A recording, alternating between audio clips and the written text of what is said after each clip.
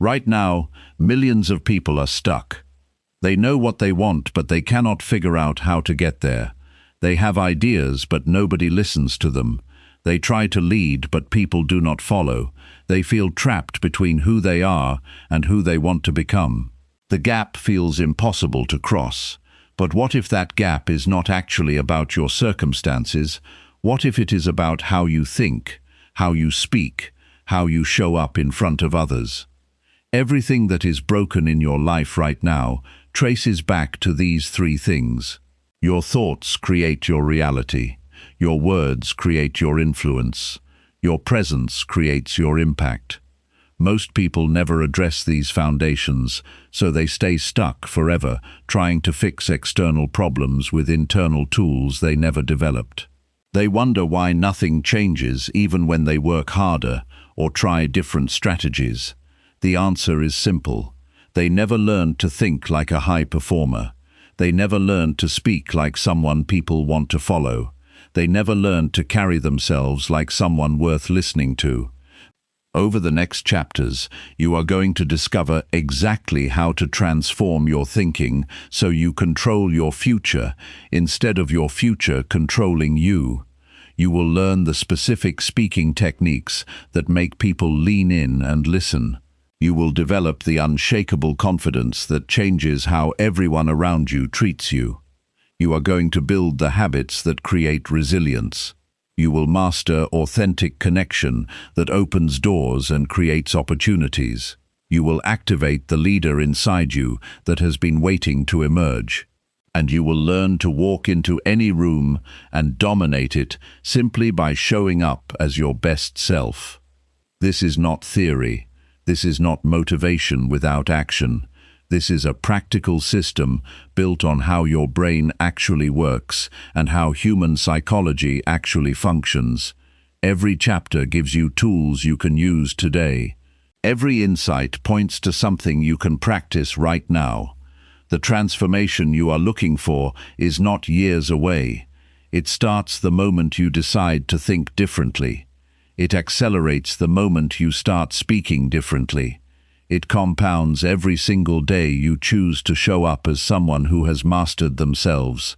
Your breakthrough is waiting. Let us begin. Chapter 1. Master your thoughts to control your entire life outcome and future. The moment you wake up tomorrow morning, before your feet touch the ground, something powerful will already be happening in your mind. Your thoughts will be forming, patterns will be activating, and invisible forces will be setting the direction of your entire day. Most people never realize this. They stumble through their morning routine, checking their phones, responding to messages, reacting to whatever comes their way. They believe their circumstances are happening to them rather than understanding the fundamental truth that sits at the core of every successful person's life. Your thoughts create your reality. This is not about positive thinking in the way you might have heard it discussed before. This is not about pretending problems do not exist or simply willing yourself into success through fake affirmations. This is deeper. This is about understanding the actual mechanics of how your mind works and then deliberately taking control of that system so that you can shape your future with precision and intention. The quality of your life right now is a direct reflection of the quality of your thoughts over the past years. Your current relationships reflect how you thought about yourself and others. Your financial situation mirrors the thoughts you have held about money and your ability to create it. Your health shows the relationship you have had with your body in your mind. Every single result you see around you is proof of the thoughts that created it. Think about this for a moment. You have roughly 60,000 thoughts per day. The ancient philosophers understood something that modern neuroscience is only now confirming. Your thoughts are not random events. They are patterns. They are habits. Most of your thinking happens on autopilot, running the same mental programs you have been running for years. You wake up with the same worries. You face challenges with the same self-doubt. You encounter opportunities with the same fear. This repetition is exactly why your life feels stuck. Your mind is locked into familiar grooves, and without conscious intervention, it will continue following those same pathways. Consider a person who has struggled with their weight for years. They wake up thinking about how fat they are. They look in the mirror with disgust. They think about the foods they cannot eat. They think about how hard exercise is. They think about how their body will never change. Every single thought reinforces the neural pathways associated with being overweight. They actually strengthen the very identity they want to escape. Then they wonder why their body does not change when they know what they should do. The barrier is not knowledge. It is not willpower in the traditional sense. The barrier is that their dominant thoughts create a barrier between their desire and their reality. The same applies to anyone stuck in a career that does not fulfill them. They wake up thinking about how much they hate their job. They think about how they are not smart enough to change careers. They think about how the job market is too competitive. They think about how they are too old or too inexperienced. They think about how people like them do not succeed. Each thought is like a brick in a wall that blocks them from taking the action required to transform their career. They are not trapped by circumstances, they are trapped by thoughts. This is the fundamental principle you must understand. Your thoughts are not just ideas floating in your head. They are instructions to your nervous system. They trigger emotional states. They influence the actions you take. They determine who you become. When you think thoughts of inadequacy, your nervous system goes into a state of contraction. Your voice becomes smaller. Your posture becomes weaker. Your energy becomes hesitant. When you think thoughts of capability and strength, your nervous system expands. Your voice becomes stronger. Your posture becomes taller. Your energy becomes magnetic. Other people feel the difference before you ever speak a word. Now here is where most personal development fails.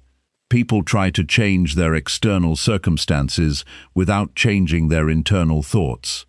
They set goals without examining the belief systems that underlie those goals. They try to succeed at something while simultaneously thinking thoughts of failure. It is like trying to drive a car while keeping the parking brake engaged. You might move forward, but the friction is constant and the progress is exhausting. The question becomes urgent and immediate. How do you take control of your thinking? The answer requires honesty and action in equal measure. First, you must become aware of your current thought patterns. Most people have never actually paid attention to what they think. They assume their thoughts are facts. They assume their inner voice is telling them the truth. This is one of the most costly mistakes you can make. Your inner voice is often repeating old programming from people who told you limiting things years ago. It is repeating fears from experiences that may no longer be relevant. It is telling you stories that are not true. Starting today, you need to develop what we call thought awareness. Throughout your day, pause several times and simply notice what you are thinking. Do not judge it. Do not try to change it yet. Just observe. When you are facing a challenge at work, what does your mind say? When you are about to approach someone you want to connect with, what narrative runs through your head? When you see someone succeeding, what is your immediate thought? These patterns reveal everything about why your life looks the way it does. You might discover that you constantly think about what could go wrong. You might find that you habitually compare yourself to others and always come up short. You might realize that you assume people are judging you negatively. These observations are the foundation of change. Once you see a limiting thought pattern clearly, you can address it. Here is the practical action. Whenever you catch yourself thinking a limiting thought, you interrupt it. This does not mean suppressing it or pretending it does not exist. It means acknowledging it and then deliberately choosing a different thought. If you catch yourself thinking nobody respects your opinion, you could think instead that you have valuable perspectives worth sharing. If you catch yourself thinking you cannot do something, you could think that you are capable of learning whatever you need to know. These are not lies or denial. These are more accurate thoughts grounded in reality. Consider the person who wants to develop influence and leadership ability. Their current thought pattern might be that they are not naturally charismatic and that leadership is something only certain special people possess. This thought creates a cascade of consequences. They do not speak up in meetings because they believe their input does not matter. They do not take on leadership roles because they believe they will fail. They do not work on their communication because they believe it is pointless. They are trapped in a self-fulfilling prophecy created by a single thought, but the moment they change that thought to something like, "I can develop any skill through deliberate practice," everything shifts. They start noticing opportunities to practice communication. They volunteer for presentations. They seek feedback. They study how great communicators operate. The thought change precedes the behavior change, which precedes the result change. This is the power structure you need to understand. Thoughts create feelings. Feelings drive actions, and actions produce results. You cannot skip steps. You cannot have different results while maintaining the same thoughts. You must address the thoughts first. This is not magical thinking or wishful thinking. This is practical neuroscience. Your brain is a prediction machine. It is constantly looking at the world and trying to predict what will happen next, based on patterns it has observed. When your thoughts are consistently negative or limited, your brain predicts failure and keeps you focused on threats rather than opportunities. When your thoughts are focused on growth and capability, your brain predicts success and keeps you attuned to possibilities. There is a specific practice that will accelerate your mastery of your thoughts. It is called the thought replacement protocol. When you identify a limiting thought, write it down. Then ask yourself, is this thought actually true, or am I assuming it is true? Often you will discover it is an assumption based on fear or past experience rather than actual fact. Next, ask yourself, what is a more accurate and empowering thought that is also true? This is important. You are not trying to believe something false. You are trying to believe something more accurate and more useful. For example, if your limiting thought is that you are not good at public speaking, the more accurate thought might be that you have not yet developed skill in public speaking, but you can improve through practice. This is true. It is empowering. It creates the mental space for growth. The reality is that you have complete control over this internal dialogue. Your thoughts are not imposed on you by the universe. They are not determined by your circumstances. They are chosen by you, though often this choice happens so automatically that you do not feel like you are choosing. But you are. Every morning you wake up and choose what to think about yourself and your day. Every time you encounter a challenge, you choose what interpretation to give it. Every time someone criticizes you, you choose what meaning to assign to their words. These choices compound over time. Small thought shifts create small behavior shifts, which create small result shifts. Accumulate enough of these shifts, and suddenly you are living in an entirely different reality. Consider the difference between two people facing the same setback. One person thinks this setback means I am a failure and my dreams are impossible. They spiral into discouragement and inaction. 6 months later, they are still stuck. The other person thinks this setback is feedback, telling me I need to adjust my approach. They feel disappointed, but not defeated. They analyze what happened and try something different. 6 months later, they have made significant progress. The only difference between these two people was their thoughts. The circumstances were identical. The outcomes were completely different because their thinking was different. This is why thought mastery must be your foundation. Everything else in your life flows from this. Your ability to influence people will be limited if you think they will not respect you. Your ability to speak powerfully will be constrained if you think you are not an articulate person. Your ability to build confidence will be blocked if you think you are inherently insecure. But when you master your thoughts, when you deliberately choose to think thoughts of growth, capability, and possibility, everything changes. Your influence expands naturally because you believe your message matters. Your speaking becomes more powerful because you think your words are worth hearing. Your confidence grows because you think positively about yourself. The practice of thought mastery is not something you do once and then forget. It is a daily discipline. Each morning before you engage with the world, set your intention. What do you want to think about yourself and your potential today? What thoughts will serve your goals and values? What thoughts will help you show up as your best self? Write these down if it helps. Speak them aloud. Internalize them. Throughout your day, continue monitoring your thoughts. When you notice yourself drifting into old patterns of limitation, interrupt gently and redirect. This takes practice. Your mind is powerful, and it will resist at first because it is comfortable with old patterns, even if those patterns are hurting you. You need to understand something profound about this process. When you change your thoughts, you are not being delusional or avoiding reality. You are actually seeing reality more clearly. The person who thinks they can never succeed is not a realist. They are someone looking at reality through a lens of fear and limitation. The person who thinks they can figure out how to succeed is looking at the same reality, but through a lens of resourcefulness and growth. Both are interpreting the same events.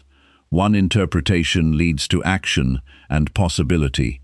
The other leads to inaction and stagnation. The more accurate interpretation is the one that opens possibilities because that is closer to how reality actually works. As you move forward from this moment, commit to mastering your thoughts. Recognize that your current life is the perfect reflection of your current thinking. If you want a different life, you must think different thoughts. Not because positive thinking magically changes external circumstances without effort, but because different thoughts lead to different actions, which lead to different results. This is cause and effect. This is how the world actually works. Your thoughts are the seed, your actions are the growth, your results are the harvest. Plant thoughts of capability, and you will harvest success. Plant thoughts of limitation, and you will harvest struggle. The choice has always been yours, and it always will be. Chapter 2. Transform how you speak, and people will listen with deep respect. Words are tools that either build bridges or burn them. Most people speak without understanding the immense power contained in their voice. They ramble without purpose, fill silence with filler words, and wonder why people do not lean in to listen. They mistake volume for impact and quantity for quality. A person who has mastered the art of speaking does something entirely different. They understand that every word matters. They recognize that how they speak determines not just what people hear, but how they feel and what they believe about the speaker. Think about the last time someone truly captured your attention with their words. It was not because they talked the most or used the fanciest vocabulary. It was because they said something with clarity and conviction. They spoke with purpose. They understood their message so deeply that they could deliver it simply.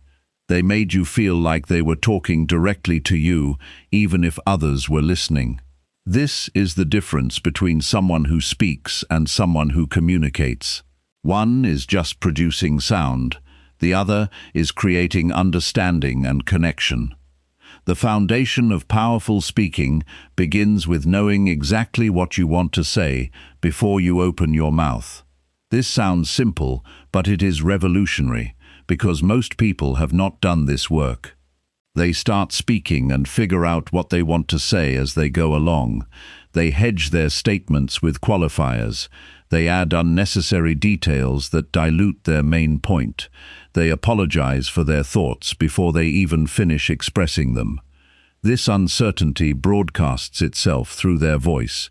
Listeners sense it immediately. If the speaker does not seem confident in what they are saying, why should anyone else be confident in it? Before you speak in any situation that matters, take time to identify your core message. What is the one thing you most want the other person to understand or believe? Strip away everything else. Eliminate the tangents and the backstory and the extra examples. Get down to the essence of what you want to communicate. Write it down if you need to. Say it out loud several times until it feels natural coming from your mouth. This preparation transforms your delivery. When you know exactly what you want to say, your words flow with authority rather than uncertainty. Your voice becomes steady. Your pacing becomes deliberate. People feel the difference immediately. The second element of powerful speaking is removing filler words entirely from your vocabulary. These are the uhs and ums and likes and you knows that pepper speech. They exist because your mouth is moving faster than your thinking. They signal to listeners that you are unsure. They create noise that obscures your message. The solution is deliberately introducing pauses. When you finish a thought and need to think about what comes next, pause. Say nothing. Let silence sit for a moment. This feels uncomfortable at first because silence feels like an eternity when you are the one creating it. But from the listener's perspective, pauses make you sound more thoughtful and confident. They give your words weight. They allow your message to land before you move to the next idea. Practice this immediately. In your next conversation, commit to removing one filler word from your speech. Choose whichever one you use most frequently. Every time you catch yourself about to say it, stop and pause instead. This single change will make a dramatic difference in how people perceive you. You will sound more intelligent. You will sound more prepared. You will sound like someone worth listening to. After a week of this practice, remove a second filler word. Build this discipline gradually until your speech is clean and your pauses are intentional. The rhythm and pacing of your voice carries enormous meaning, independent of your actual words. Someone who speaks too quickly sounds nervous or like they want to escape the conversation. Someone who speaks too slowly sounds unsure or condescending. Someone who speaks in a monotone sends the message that they do not care about engaging their audience. The solution is varying your pace and your tone deliberately. When you say something important, slow down slightly. Emphasize the key words. Let your voice rise and fall naturally, as if you are having a genuine conversation rather than delivering a speech. This does not mean being theatrical. It means being alive in your delivery rather than flat and robotic. Pay attention to the emotional content of what you are saying and let your voice reflect it. If you are sharing something exciting, let enthusiasm enter your tone. If you are discussing something serious, let your voice become more measured. If you are asking someone to think about something, create a sense of curiosity in how you speak. Your voice should match your message. When there is a disconnect between your words and your tone, listeners become confused. They do not know whether to trust what you are saying or how you are saying it. This inconsistency damages your credibility. Alignment between message and tone creates powerful impact. One of the most transformative changes you can make to how people respond to you is to eliminate negative self-talk from your speech. This includes statements like, "I am probably wrong about this," or "This might be a stupid idea, but," or "I am not an expert, so take this with a grain of salt." These statements undermine everything you say that follows. You are literally asking people to discount your input before you even give it. You are assigning yourself a lower status in the conversation. Confident people do not do this. They state their perspective clearly and let it stand on its own merit. If you are uncertain about something, you can say so without apologizing for it. You can say, "I am still figuring this out," or I see it this way, but I could be missing something. These statements acknowledge uncertainty without diminishing your worth. The ability to tell a story is one of the most valuable speaking skills you can develop. Stories do something that facts and arguments cannot. They create emotional engagement. They make abstract ideas concrete.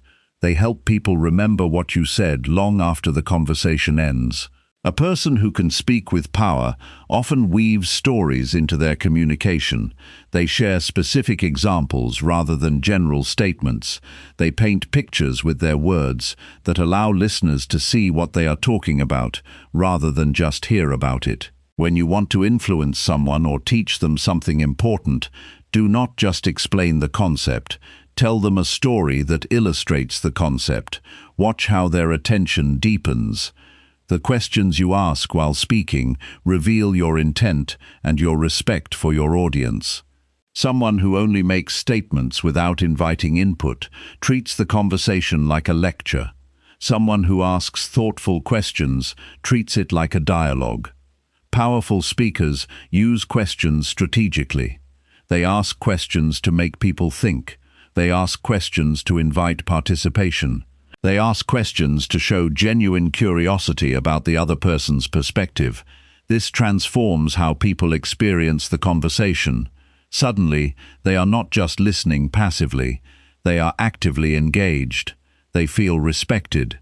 They feel like their thoughts matter. This simple shift from monologue to dialogue makes your influence dramatically more effective. The physical dimension of speaking also carries enormous weight.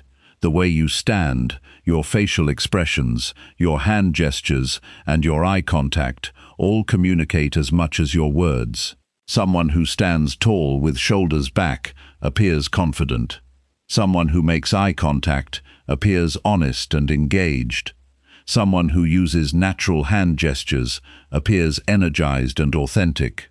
Someone who looks at the ground or avoids eye contact appears uncertain or evasive.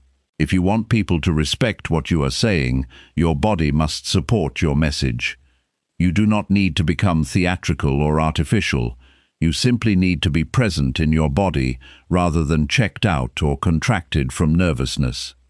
Before important conversations or presentations, spend time in your body deliberately.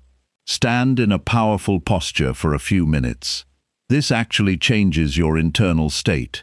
It increases your sense of capability and decreases your anxiety. Move around if possible. Shake out any tension. Make eye contact with yourself in the mirror and speak your main points aloud. This rehearsal grounds your message in your body so that when the actual moment comes, you can deliver from a place of preparation and presence rather than panic. Understanding your audience is another critical element that separates powerful speakers from mediocre ones. Before you speak to someone, consider what matters to them. What are they concerned about? What do they value? What are they trying to accomplish? When you tailor your message to address their actual interests, rather than just delivering a generic version of what you want to say, your impact multiplies. You are not being manipulative, you are being respectful. You are saying through your communication that you understand them and you care about their perspective.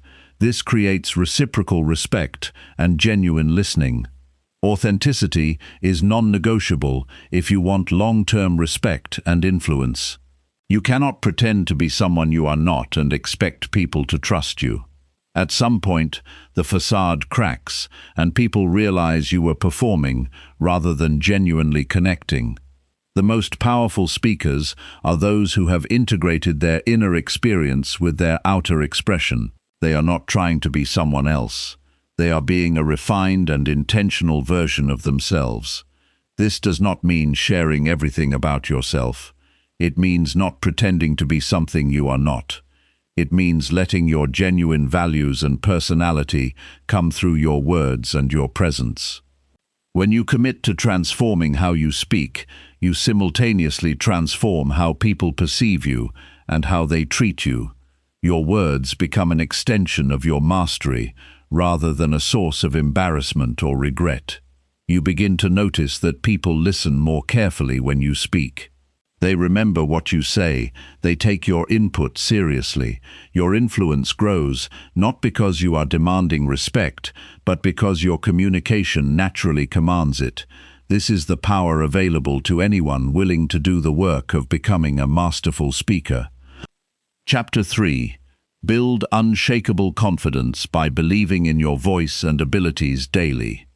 Confidence is not something you are born with, or something that appears magically when circumstances align perfectly. It is built deliberately through evidence. Every time you do something you were afraid to do, you gather evidence that you are capable. Every time you handle a difficult situation, you prove to yourself that you can manage challenges. Every time you speak up, even when your voice shakes, you demonstrate courage to yourself. Confidence accumulates like compound interest. Small acts of bravery compound over time until you develop an unshakable sense of your own capability. Most people have confidence backwards. They wait until they feel confident before they take action. They wait until they are certain they will succeed before they try something new.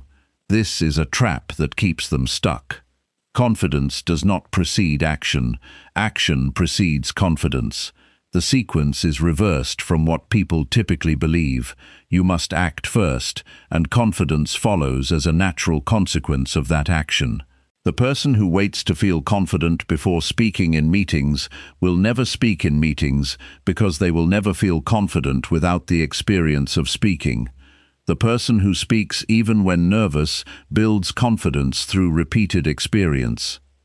Your voice has value whether you believe it or not. This is an objective truth. You have experiences that others do not have. You have perspectives shaped by your unique journey. You have insights that come from your particular combination of talents and interests. When you silence your voice because you do not believe it matters, you rob the world of something it needs. You also rob yourself of the opportunity to discover just how much your voice actually does matter when you finally express it.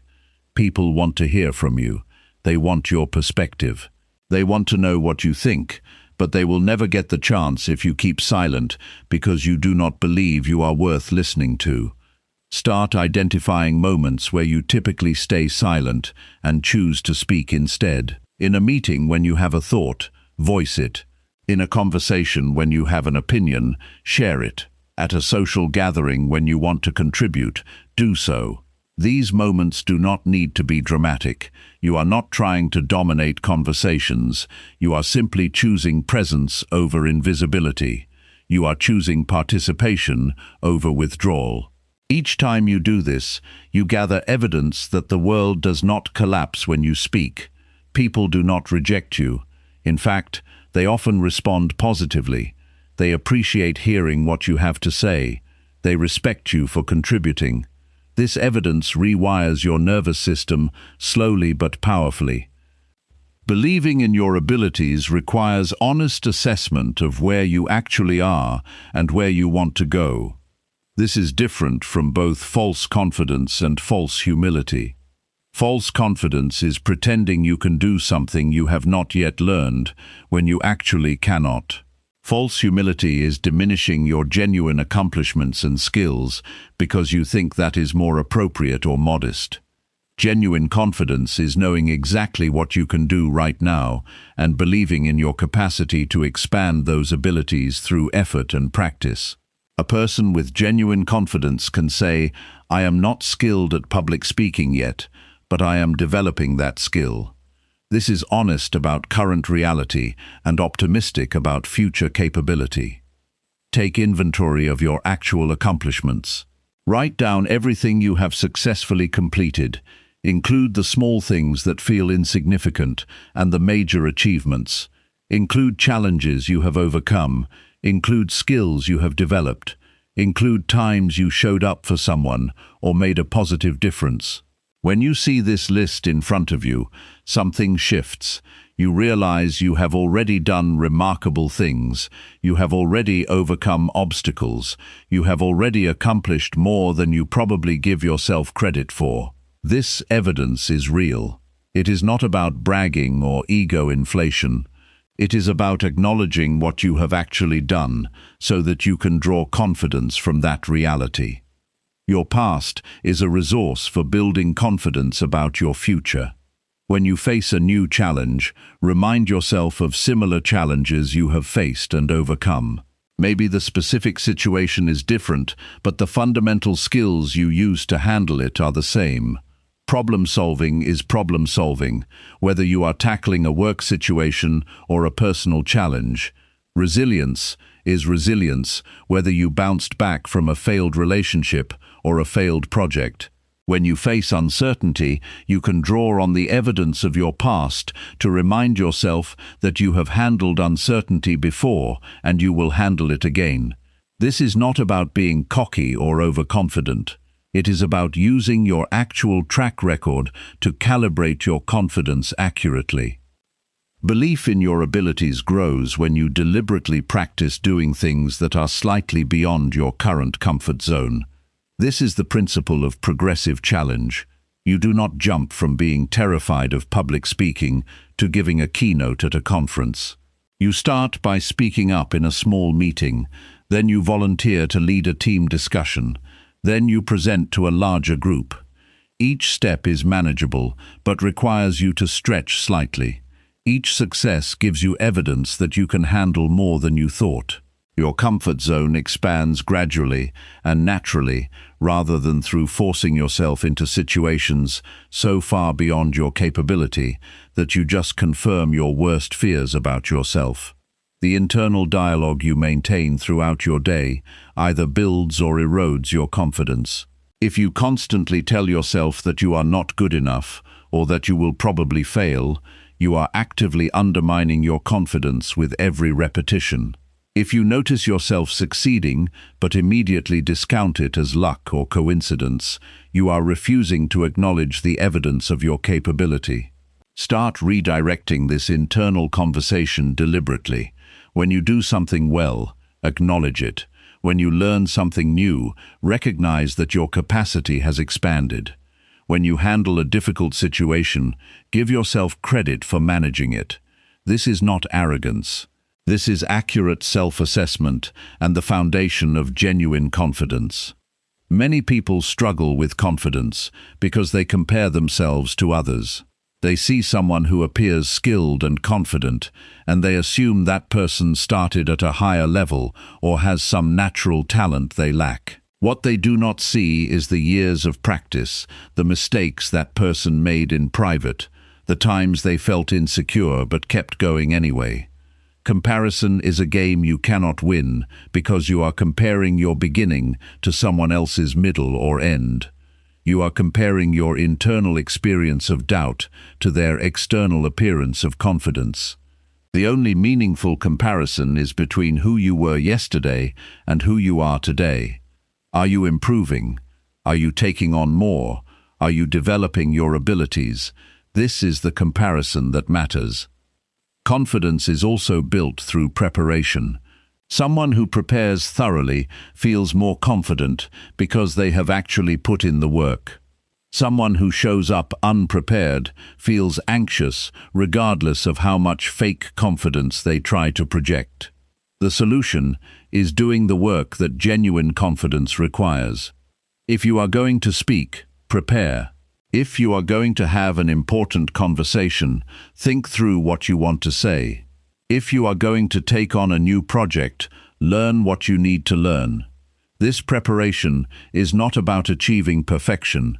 It is about showing yourself that you care enough about the outcome to do the necessary work. This self-respect shows up in your confidence. Your physical state directly influences your psychological state. Someone who is exhausted and sedentary will struggle with confidence. Someone who is rested, nourished and moving their body will naturally feel more confident. Start taking care of your body as a foundational practice for building confidence. Sleep matters, nutrition matters, movement matters. These are not separate from your confidence journey. They are central to it. When you prioritize your physical health, you send yourself a message that you are worth taking care of. This respect for yourself translates directly into confidence in how you show up in the world. Surrounding yourself with people who believe in you accelerates your confidence development. When you spend time with people who see your potential and encourage you, you internalize that belief about yourself. When you are constantly around people who diminish you or reinforce your doubts, you absorb that messaging too. Start being more intentional about your social environment. Seek out people who support your growth. Spend more time with those who see your strengths. Reduce time with those who trigger your insecurities. This is not about being cruel or cutting people off. It is about protecting your developing confidence in the vulnerable stages of growth. The willingness to fail is paradoxically essential for developing unshakable confidence. People who are afraid of failure avoid taking risks. They stay small and safe. They never find out what they are actually capable of. People who have made peace with the possibility of failure can take the risks required to grow. They still prefer to succeed, but they know that failure is not fatal. They know they can learn from it and try again. This makes them far more confident because they have removed the one thing that was paralyzing them. Once you accept that failure is possible and survivable, you become unstoppable. You can attempt things that others would not dare try. Building unshakable confidence is a daily commitment. Each morning you wake up and choose to believe in yourself. Each time you face a challenge, you choose to act, despite your doubts. Each moment you decide your voice matters. You are building the foundation of confidence that will serve you for the rest of your life. This confidence is not arrogant. It is grounded in reality and evidence and self-respect. It is the kind of confidence that opens doors because people sense it and respond to it. It is the kind of confidence that allows you to pursue your ambitions without needing external validation. It is the kind of confidence that changes everything. Chapter 4. Rewire your mind to eliminate self-doubt and embrace success completely. Self-doubt is not a character flaw or a personal deficiency. It is a neural pattern that has been reinforced through repetition and experience. At some point in your life, something happened that made you question your abilities. Maybe someone told you that you were not good enough. Maybe you failed at something important. Maybe you compared yourself to someone more skilled and decided you did not measure up. Whatever the origin, that single event created a neural pathway. Every time you encountered a similar situation afterward, that pathway activated automatically. Over years, this pathway became a superhighway. Now self-doubt feels like truth rather than pattern. The good news is that neural pathways are not permanent. Your brain has neuroplasticity, which means it can form new pathways and weaken old ones. This process requires consistent effort, but it is absolutely possible. When you repeatedly think new thoughts and take new actions, you literally rewire your brain. The old pathways that carried self-doubt messages begin to atrophy from disuse. New pathways that carry confidence and capability messages become stronger through repetition. You are not trying to eliminate self-doubt through force or willpower. You are starving it of attention while feeding alternative neural pathways until they become dominant. The first step in rewiring your mind is identifying the specific self-doubt patterns that hold you back. Self-doubt is not monolithic. You might have tremendous confidence in certain areas while being crippled by doubt in others. Someone might have complete faith in their technical abilities, but zero confidence in their social skills. Another person might be certain about their value as a friend, but terrified about their professional prospects. Map out where your self-doubt lives. Be specific. Is it self-doubt about your intelligence, about your likability, about your appearance, about your worth as a partner, about your potential to succeed? The more specifically you identify your doubt patterns, the more effectively you can address them. Once you have identified a specific self-doubt pattern, trace it back to its origin if you can. When did you first start believing this about yourself? What happened that convinced you this was true? Often you will discover that the belief was formed when you were younger or more vulnerable. Maybe someone you respected told you that you were not good at certain things. Maybe you had 1 or 2 failures and decided that meant you could not do something. Maybe you internalized a message from your family or culture.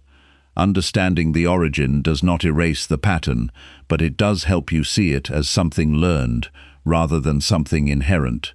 If you learned it, you can unlearn it. The most powerful technique for rewiring self-doubt is creating evidence that contradicts the doubtful belief. If you believe you are not good at social interaction, find situations where you have successfully interacted with people. Maybe you had a good conversation. Maybe you made someone laugh. Maybe you helped someone feel heard. Collect these moments deliberately. Write them down. Replay them in your mind. Every time you gather evidence that contradicts your self-doubt, you weaken the neural pathway associated with that doubt. You cannot have 2 opposite beliefs with equal strength. As evidence for capability grows, evidence for incapability must shrink. Start a deliberate practice of success acknowledgement. Every evening, write down something you did well that day. It can be something small. You handled a difficult email skillfully. You were patient with someone. You learned something new. You tried something despite being nervous. Do this every single day for 30 days. At the end of 30 days, review your list. You will have accumulated 30 pieces of evidence that you are more capable than your self-doubt tells you. This is not about inflating your ego. This is about training your brain to notice success rather than only noticing failure and shortcoming. Self-doubt often manifests as perfectionism.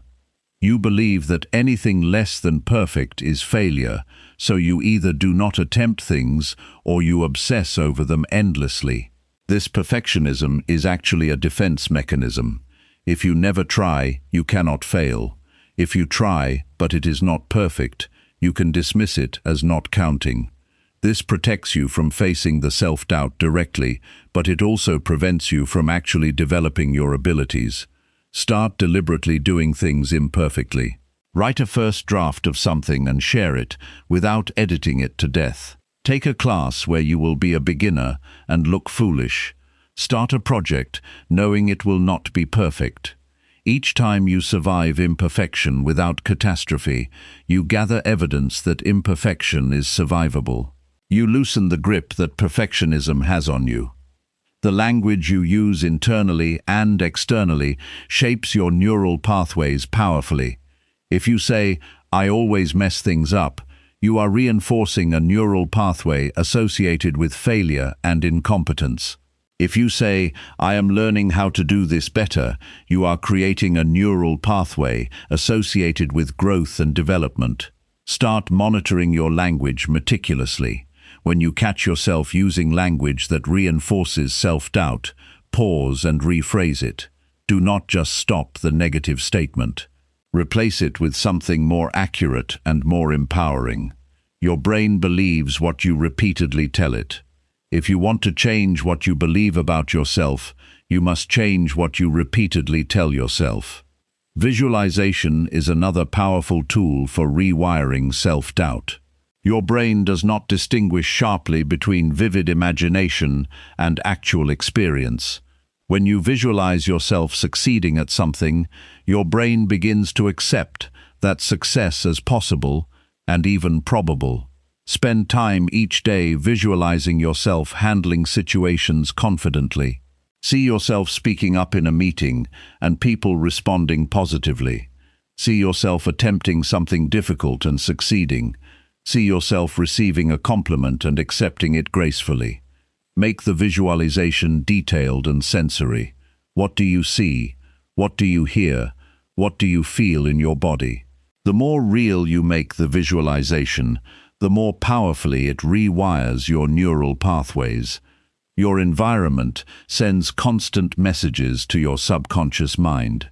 If you surround yourself with reminders of your failures or limitations, you reinforce self-doubt.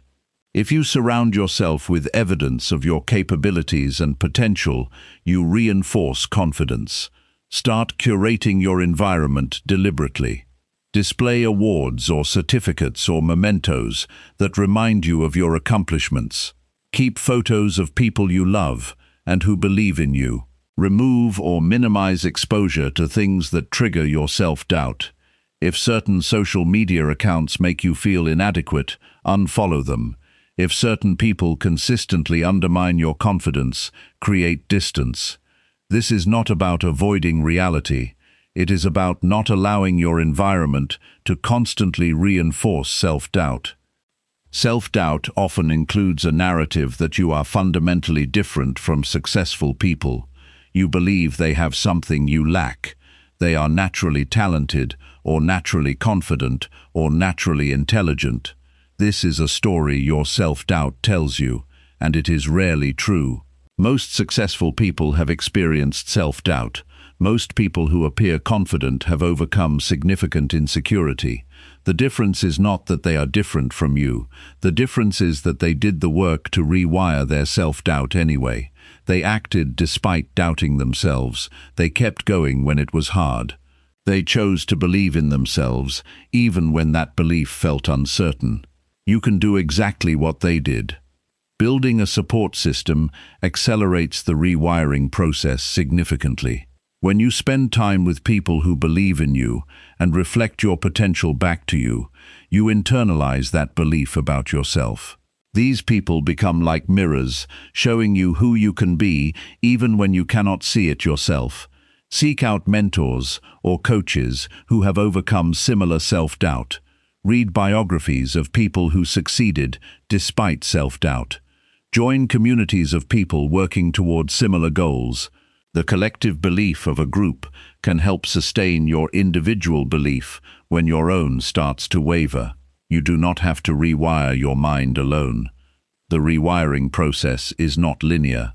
Some days you will feel the shift happening, and other days the old patterns will feel as strong as ever. This is completely normal. Neuroplasticity is gradual. You cannot expect to change patterns that have been reinforced for years in a matter of weeks, but consistency matters more than intensity. Small, consistent effort over months and years creates permanent change. Large, sporadic effort creates temporary blips that fade when motivation disappears. Commit to showing up consistently, even on days when it feels like nothing is changing. Trust the process. Your brain is rewiring itself even when you cannot see it happening. Embracing success completely requires not just eliminating self-doubt, but actively claiming your achievements. When something goes well, do not attribute it to luck. Acknowledge your role in creating that outcome. When someone compliments you, receive it graciously rather than dismissing it. When you accomplish something, take time to feel genuine satisfaction. This claiming of success is not arrogance, it is accurate self-perception. You are rewiring your mind to accept that you are capable and that good things happen because you are taking effective action. This shift from self-doubt to genuine self-belief changes everything about how you move through the world and what becomes possible for you. Chapter 5. Develop powerful communication skills that inspire others to take immediate action. Communication that inspires action operates on a fundamentally different level than ordinary conversation. Most communication is transactional. Information exchanges hands and people move on. Inspiring communication creates something deeper. It touches something in the listener that makes them want to move. It shifts their perspective, or their energy, or their sense of what is possible. When you master this kind of communication, you become someone people follow. You become someone whose words matter. You become someone who creates momentum. The foundation of inspirational communication is understanding that people do not act on information alone. They act on meaning. They act on emotion. They act on identity. Someone might know intellectually that exercise is healthy, but that knowledge alone will not get them to the gym consistently. But if you communicate exercise as a way to honor their body and show up stronger for the people they love, suddenly it means something. Suddenly it connects to their values and their identity. The same information, but communicated differently, creates entirely different action. Your job as a communicator is to connect your message to what actually matters to your listener. Begin by understanding that every person operates from a unique set of values and concerns. One person is motivated by security and stability. Another is motivated by growth and learning. A third is motivated by connection and contribution. When you discover what truly motivates someone, you can frame your message in terms that resonate with their deepest drivers. Someone motivated by security will respond to messages about protection and predictability. Someone motivated by growth will respond to messages about expanding capability and new possibilities. Someone motivated by contribution will respond to messages about making a difference. The same fundamental idea can be communicated in multiple ways.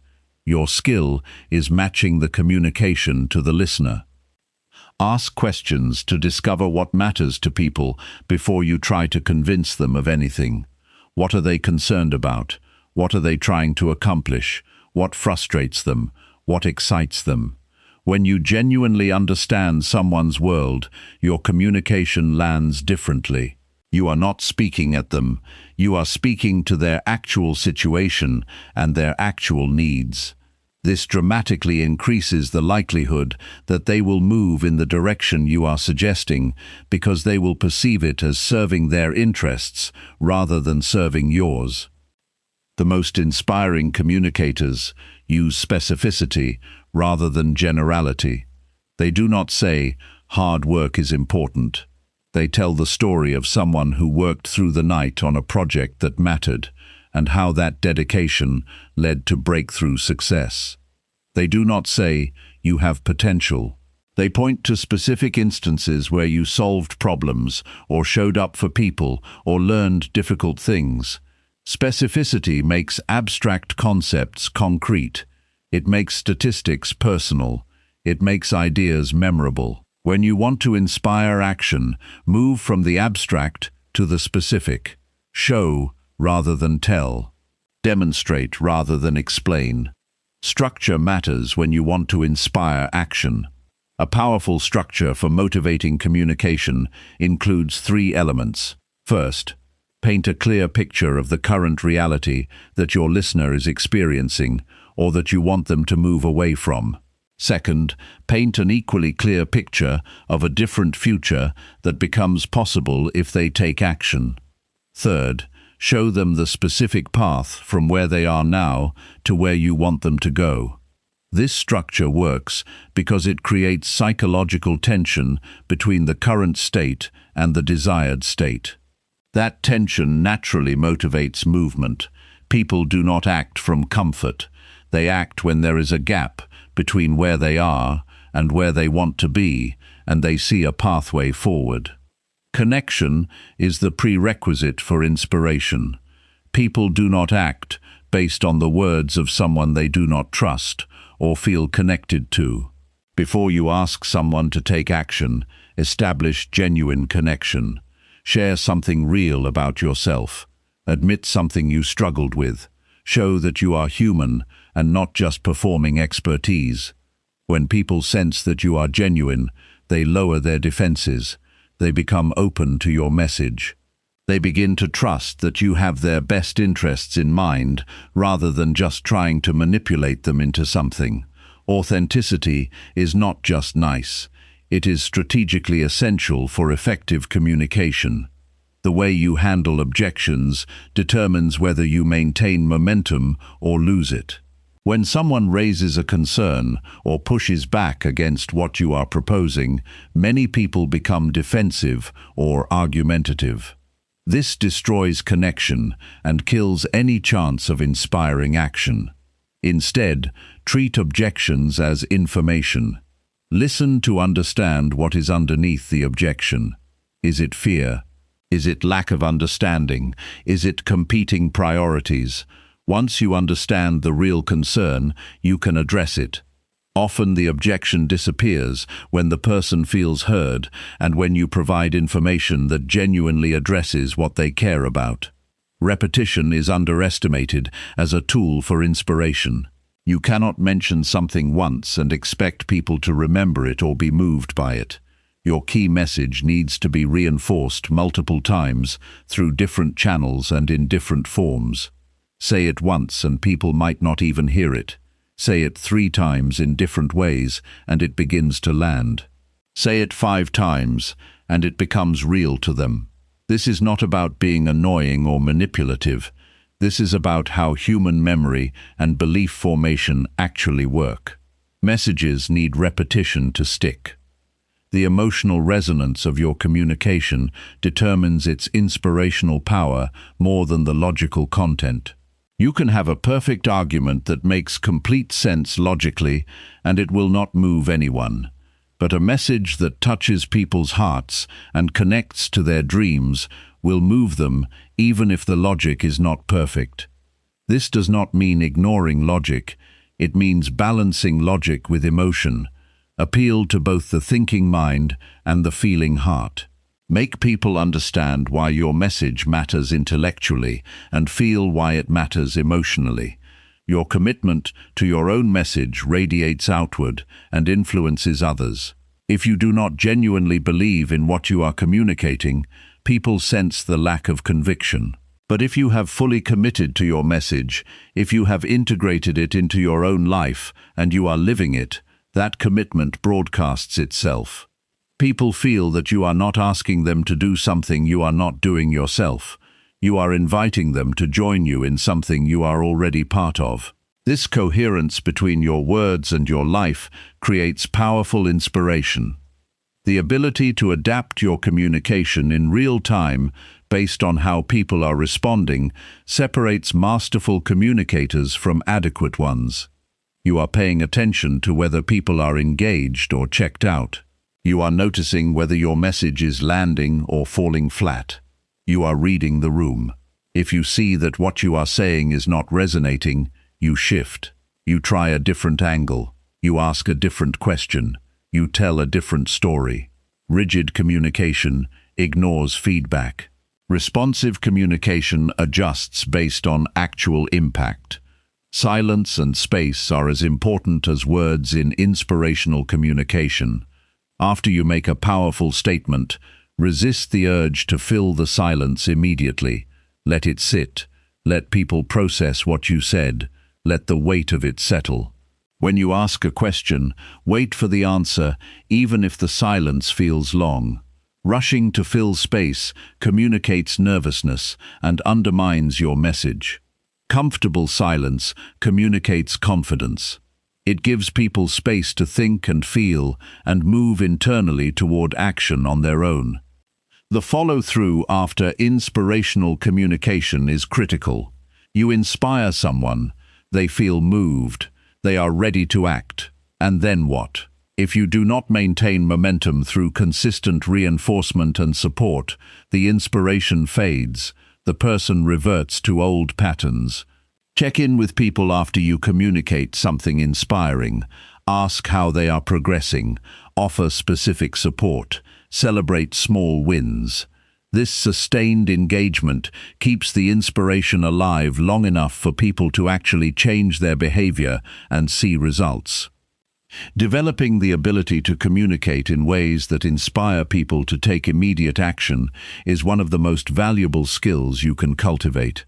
It multiplies your impact. It allows you to create change not just in yourself, but in others. It gives you the ability to move people toward possibilities they could not reach alone. This is power used constructively. This is influence used to serve others. When you develop this skill with integrity, doors open throughout your entire life, and you become someone whose words change the world around them. Chapter 6. Unlock your potential by releasing fear and stepping into your power. Fear is not your enemy. Fear is information. Fear is your nervous system detecting a threat and preparing you to respond. The problem is not that you feel fear. The problem is that you allow fear to make your decisions. You allow fear to keep you small and safe when stepping into your power requires moving toward things that frighten you. Everyone who has achieved anything significant has felt fear. The difference between those who unlock their potential and those who remain trapped is not the absence of fear, but the decision to move forward anyway. There are two categories of fear, and you must understand the difference between them. Physical fear keeps you alive. When you sense genuine danger, that fear response activates your survival mechanisms and protects you. This fear is useful and appropriate. Psychological fear is different.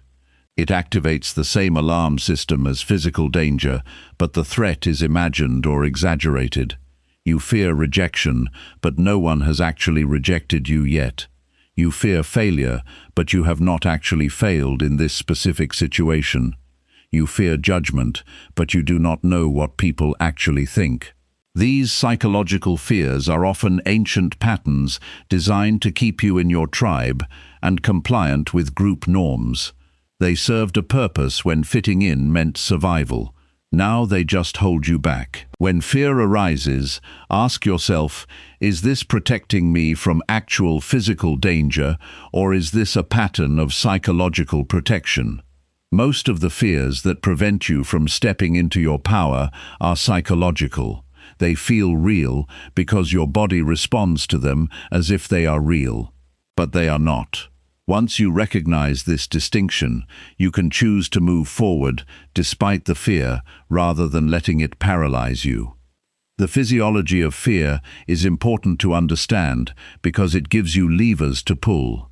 Fear causes your breathing to become shallow and rapid. It causes your muscles to tense. It causes your mind to narrow and focus on threats. You can interrupt this physiology deliberately.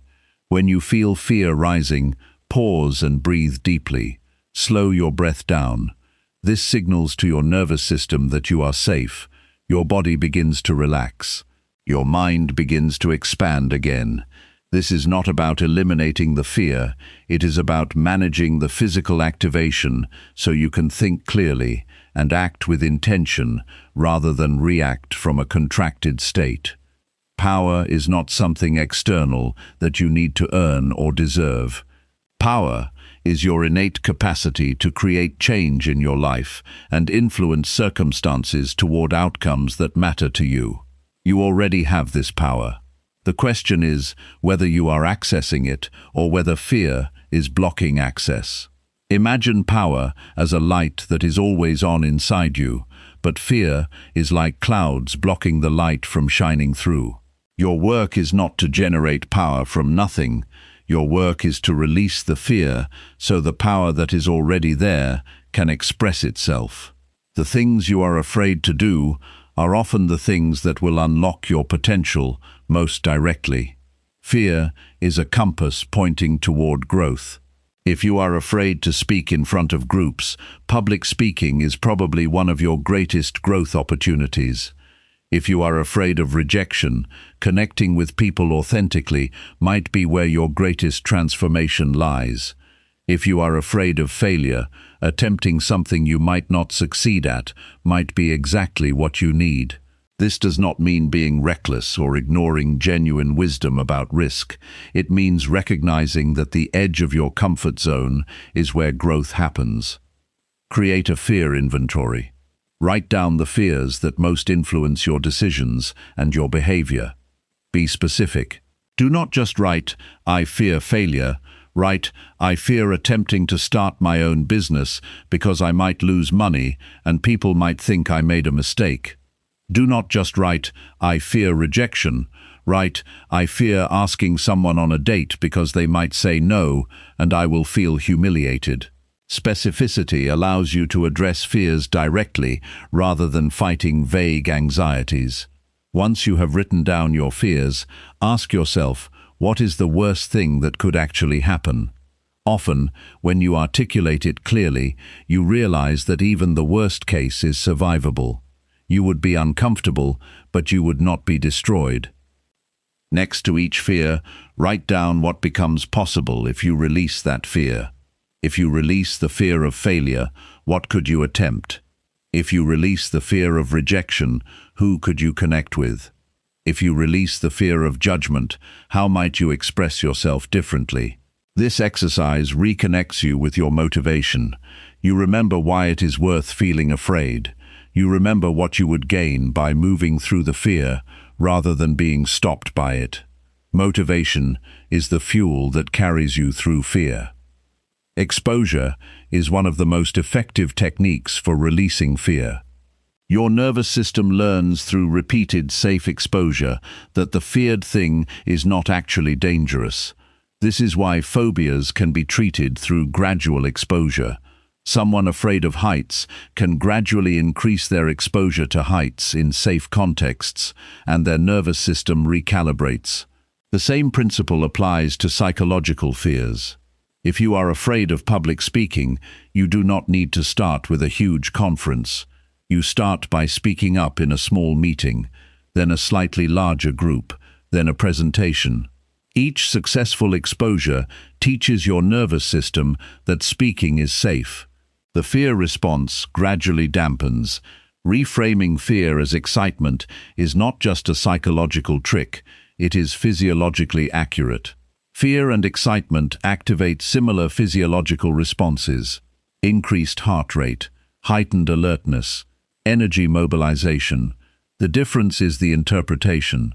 You can interpret these symptoms as danger or as opportunity. You can tell yourself, I am terrified or I am excited. The physical sensations are the same. The interpretation changes everything about how you respond. Before situations that trigger fear, deliberately reframe it. This racing heartbeat is not fear. It is excitement about what is about to happen. This nervous energy is not anxiety. It is power preparing to be expressed. Your identity often contains fear. You might identify as someone who is not good at confrontation, or someone who cannot speak publicly, or someone who is not creative. These identities become self-fulfilling prophecies. You do not try because you have already decided who you are. Releasing fear requires releasing the identity that fear is built into. You are not a fearful person. You are a person who has allowed fear to make decisions. You are not bad at public speaking. You are someone who has not yet done it repeatedly. These subtle shifts in language and identity create massive shifts in what becomes possible. Power becomes available when you stop asking for permission. You wait for someone to tell you that you are ready. You wait for circumstances to be perfect. You wait for fear to disappear. But power does not work that way. You step into power by deciding unilaterally that you are going to move in the direction that matters to you, regardless of whether fear approves. Ironically, once you stop waiting for fear to disappear and you just move forward anyway, fear loses its grip. It realizes it cannot stop you, so it gradually quiets down. Other people stepping into their power is contagious. When you see someone you know moving through fear and accomplishing things, it rewires your nervous system. It shows you that it is possible. It removes the excuse that this is too hard or too scary because you have just watched someone navigate exactly that difficulty. Start surrounding yourself with people who are actively releasing fear and stepping into power. Watch how they do it. Ask them about their process. Learn from their example. Let their courage influence yours. Your past contains examples of you releasing fear and moving forward, despite being afraid. You learned to ride a bike despite falling. You learned to swim despite being afraid of water. You tried new things in school despite being nervous. You approached people despite risk of rejection. You have already done this. Your nervous system has already proven that you can feel fear and move forward anyway. You are not learning a new skill. You are accessing a skill you already have. Remind yourself of these past successes. They are evidence that you can do this again. Stepping into your power is not about becoming someone different. It is about expressing more of who you already are. It is about releasing the constraints that fear has placed on you so that your full capability can emerge. Your potential is not locked away in some distant future. It is available now, waiting for you to release the fear that blocks access to it. Every time you move toward something that frightens you and discover that you survive and often thrive, you unlock another dimension of your power. Over time, these experiences accumulate and you become someone who moves through life with genuine authority because you have proven to yourself that you can handle whatever comes. Chapter 7. Cultivate daily habits that strengthen your mind, body, and emotional resilience. Resilience is not something you develop in crisis moments. It is built gradually through daily practices that strengthen your capacity to handle difficulty. When challenges arrive, you will not suddenly develop the ability to navigate them. You will draw on the resilience you have already built. This is why daily habits matter so much. They are the deposits you make into your resilience account. When withdrawal time comes, you will have resources available. Your mind requires training, just like your body does. When you neglect mental training, your mind becomes weak. It becomes vulnerable to negative thought spirals. It loses the ability to focus. It becomes reactive rather than intentional. A daily practice of mental discipline strengthens your mind, like weight training strengthens your muscles. Start with a simple meditation or contemplation practice. You do not need to sit in perfect silence for hours. Even 10 minutes of focused attention on your breath trains your mind to stay present rather than getting lost in worry about the future or regret about the past. This simple practice builds tremendous mental resilience. Reading is another powerful daily habit for mental strengthening. When you read, especially material that challenges your thinking or expands your perspective, you keep your mind engaged and growing. You expose yourself to ideas and experiences beyond your immediate life. You train your brain to think in new ways. Make reading a non-negotiable part of your day. It does not need to be long. 30 minutes of reading daily compounds into tremendous growth over a year. Choose material that serves your development. Read about the subjects you want to master. Read the words of people who think deeply. Let their thinking influence yours. Your body and mind are not separate systems. They are deeply interconnected. When your body is strong and well-maintained, your mind becomes stronger too. When your body is neglected and weak, your mind suffers. Physical exercise is not just about appearance or fitness level. It is about building resilience. When you exercise regularly, you teach your nervous system that you can handle discomfort and difficulty. You teach your body that it is capable. You release tension and stress. You create chemical changes in your brain that improve mood and mental clarity. Regular movement is non-negotiable for resilience. The intensity of exercise matters less than the consistency and the fact that you are pushing yourself beyond comfortable. You do not need to become a gym enthusiast or run marathons. You need to move your body in ways that challenge you.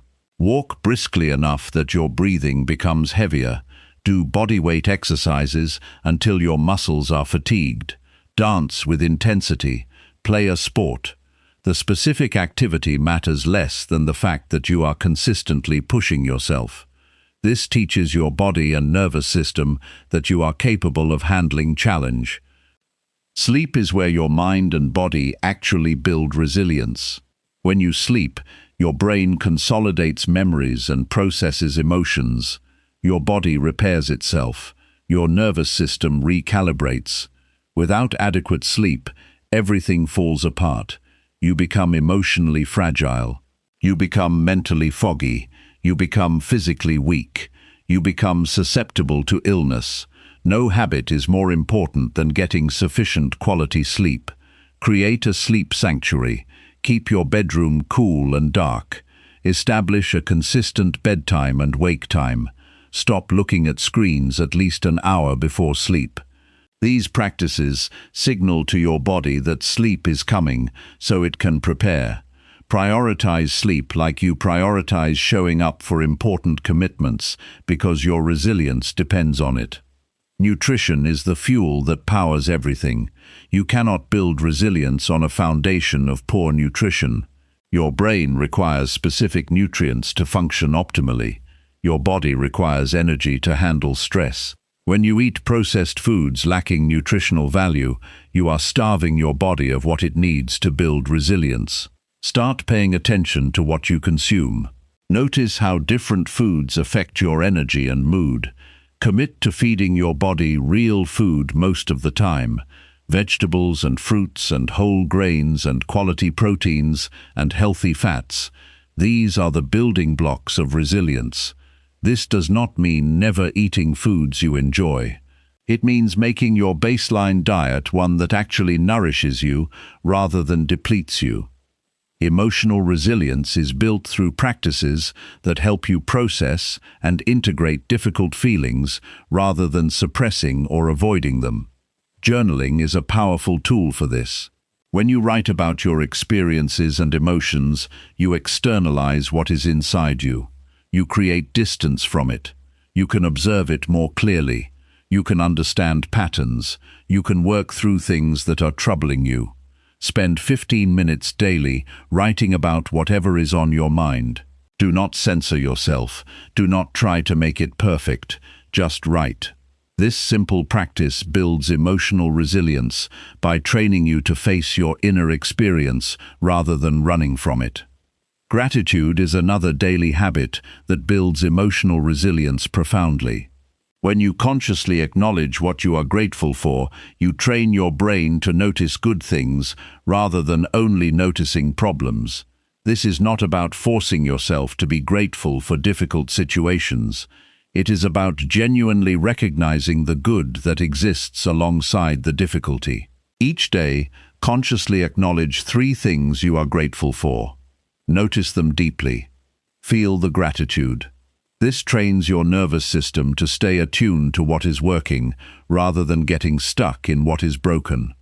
Over time, this rewires your baseline emotional state. Connection with other people is essential for resilience. Humans are social creatures. When you are isolated, you become fragile. When you have genuine connections where you feel seen and supported, you become stronger. Make nurturing relationships a daily practice. Spend time with people who matter to you. Have real conversations, not just surface exchanges. Be vulnerable enough to let people know what you are actually experiencing. Allow people to support you. This is not weakness. This is wisdom. Resilience is not about handling everything alone. It is about having resources available when you need them and knowing who those resources are. Purpose provides resilience. When you know why you are doing something, you can handle tremendous difficulty. When you are just going through motions without knowing why, small obstacles stop you. Clarify your core values and purposes. What matters most to you? What do you want your life to mean? How do you want to contribute? Keep these purposes visible. Remind yourself daily why you are doing the things you are doing. This sense of meaning becomes your anchor in difficult times. It is what carries you through when circumstances are challenging. Challenge your beliefs about what is possible. Many of your limitations are self-imposed. You believe you cannot do something, so you do not try. You believe you do not have time, so you do not prioritize what matters. You believe you are not capable, so you do not attempt things. Start deliberately choosing beliefs that expand rather than contract you. I can learn anything I need to learn. I am stronger than I think I am. I have more capacity than I realize. These beliefs become self-fulfilling prophecies in the direction of growth. Reflection is a habit that consolidates learning and builds wisdom. At the end of each day or week, reflect on what happened, what went well, what was difficult, what did you learn, what would you do differently. This reflective practice prevents you from just moving from day to day without growing. It allows you to extract lessons from experience. It helps you identify patterns. It prepares you for future situations because you have actually processed the past ones. Reflection is how experience becomes wisdom. Build these habits gradually. Do not try to implement everything at once. Start with 1 or 2 practices. Once they become automatic, add another. Over months and years, as these habits layer on top of each other, you develop genuine resilience. You develop a body that is strong and capable. You develop a mind that is focused and clear. You develop emotions that you can navigate skillfully. You develop relationships that sustain you. You develop a sense of purpose that anchors you. When challenges come, you will not be surprised by your ability to handle them, because you will have spent years building the capacity to do exactly that. Chapter 8. Ignite your influence by mastering the art of authentic human connection. Influence without authentic connection is manipulation. It works for a moment, but eventually people sense the falseness and they withdraw their trust. Real influence is built on a foundation of genuine human connection where people feel truly seen and valued. When someone experiences authentic connection with you, they do not follow you because they are obligated to or because they fear you. They follow you because they want to. They believe in you. They feel like you genuinely care about them beyond what you can extract from them. Most people are starved for genuine connection. They move through their days surrounded by others but feeling fundamentally alone. Everyone is performing a version of themselves rather than showing up as they actually are. Everyone is protecting themselves behind walls of professionalism or coolness or distance. This creates a world where people interact but do not truly connect. When you become someone who offers genuine connection, you become magnetic. People are drawn to you because you offer something rare and precious. Authentic connection begins with genuine curiosity about other people. Most conversations are actually monologues where 2 people take turns talking about themselves without really listening to the other person. They are waiting for their turn to speak rather than actually hearing what the other person is saying. Start practicing deep listening. When someone is talking, give them your full attention. Put your phone away. Make eye contact. Listen not just to their words, but to what is underneath their words. What are they actually concerned about? What do they care about? What do they fear? When you listen at this depth, people feel genuinely heard. This feeling of being heard is what creates connection. Ask questions that go beyond surface level. Instead of, "How was your day?"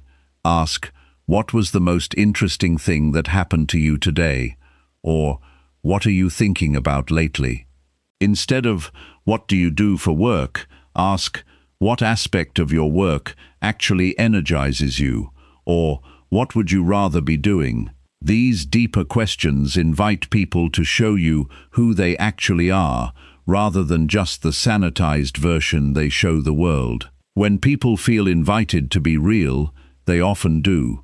And when they show you their real self, and you receive it with genuine interest and respect, connection forms naturally. Vulnerability is the currency of authentic connection. When you share something real about yourself, when you admit a struggle or a fear or an insecurity, you give others permission to do the same. You show that it is safe to be human in your presence. Most people are terrified of being vulnerable because they fear judgment or rejection. But the opposite is actually true. When you show your humanity, people respect you more. They feel safer around you. They become willing to be human themselves. This creates genuine connection that surface-level politeness can never achieve. Do not confuse vulnerability with oversharing or burdening others with your problems. You are not asking people to be your therapist. You are simply letting them see that you are human. You could mention that you struggled with something similar to what they are experiencing. You could admit that you made a mistake and what you learned from it. You could share a fear that you are working through. These moments of appropriate vulnerability build trust and deepen connection. The intention behind your connection matters enormously. If you are connecting with someone only to get something from them, they will sense it. If you are listening only to find an opening to pitch something, they will feel that. If you are asking questions only to gather information to use against them later, they will detect that energy. Genuine connection requires that you actually care about the other person. You want to understand them. You want them to succeed. You want to serve them if you can. When your intention is genuinely generous, people feel it and they respond with openness. Start by deciding that in every interaction, you are going to focus on what you can contribute rather than what you can extract. What value can you add? What do they need that you might be able to provide? Can you connect them with someone who could help them? Can you offer perspective on something they are wrestling with? Can you simply give them your genuine attention and care? When people experience you this way consistently, they develop trust. They begin to feel that your influence is worth following because you are not just using them. Remember people's names and details about their lives. This is a simple practice that has enormous impact. When you see someone again and you remember their name without them telling you, they feel recognized. When you remember that they mentioned a challenge they were facing and you ask them about it the next time you see them, they feel seen. These small acts of remembering communicate that they matter to you. You were not just politely engaging with them, you were actually paying attention. Over time, this consistent attention builds deep connection. Be impeccably honest in your interactions. Say what you mean what you say. Follow through on your commitments. When you say you will do something, do it. When you say you care about someone, show it through your actions. When you commit to meeting someone at a certain time, be there on time. This might sound basic, but it is rare. Most people are casual with their commitments. They flake. They say things they do not mean. They make promises they do not keep. When you are someone who does what you say, people sense that reliability. They know they can count on you. This reliability builds influence far more than charisma or eloquence ever could. Create spaces where people feel safe being themselves. Whether this is in one-on-one conversations or in groups you lead, set the tone that people can be authentic. Do not judge them for their thoughts or feelings. Do not spread their vulnerabilities to others. Do not use what they share against them. When people experience this safety with you, they open up. They bring more of themselves to the interaction. They become willing to take risks. They become willing to be influenced by you because they trust that you have their best interests in mind. Pay attention to the energy you bring to interactions. When you are present and engaged and genuinely interested, people feel it. When you are distracted or preoccupied or just going through the motions, people feel that too. Before important interactions, center yourself, clear your mind of distractions, set an intention to be fully present. This presence is magnetic. It communicates respect. It communicates that this person matters enough for you to show up fully for them. The way you handle disagreement and conflict reveals your commitment to genuine connection. When someone disagrees with you, do you become defensive and try to convince them they are wrong? Or do you stay curious and try to understand where they are coming from? Do you respect their right to think differently, even if you do not agree? Do you look for common ground rather than emphasizing differences? People who have been truly connected with you will tolerate disagreement if they know you still respect them and genuinely care about them. But they will withdraw if disagreement becomes an attack on who they are. Celebrate other people's wins as if they were your own. When someone you know succeeds at something, genuinely feel happy for them. Tell them, share in their joy. This simple act creates enormous goodwill. Most people are competitive at heart. Most people have a tiny voice inside that feels diminished when others succeed. When you can transcend that and genuinely celebrate others, you stand out. People feel your authenticity. They feel that you are not threatened by their success. This builds loyalty and connection that lasts. Make time for people even when it is inconvenient. When someone reaches out and wants to talk or get together and you are busy, what do? Do you put them off indefinitely, or do you make space for them? Influence grows when people know that they matter to you even when it is not convenient. This does not mean you have unlimited time or that you sacrifice your own well-being. It means you prioritize relationships. You recognize that people are what matters most.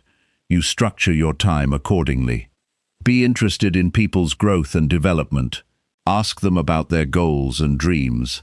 Help them think through challenges they are facing. Offer perspective or resources that might help them move forward.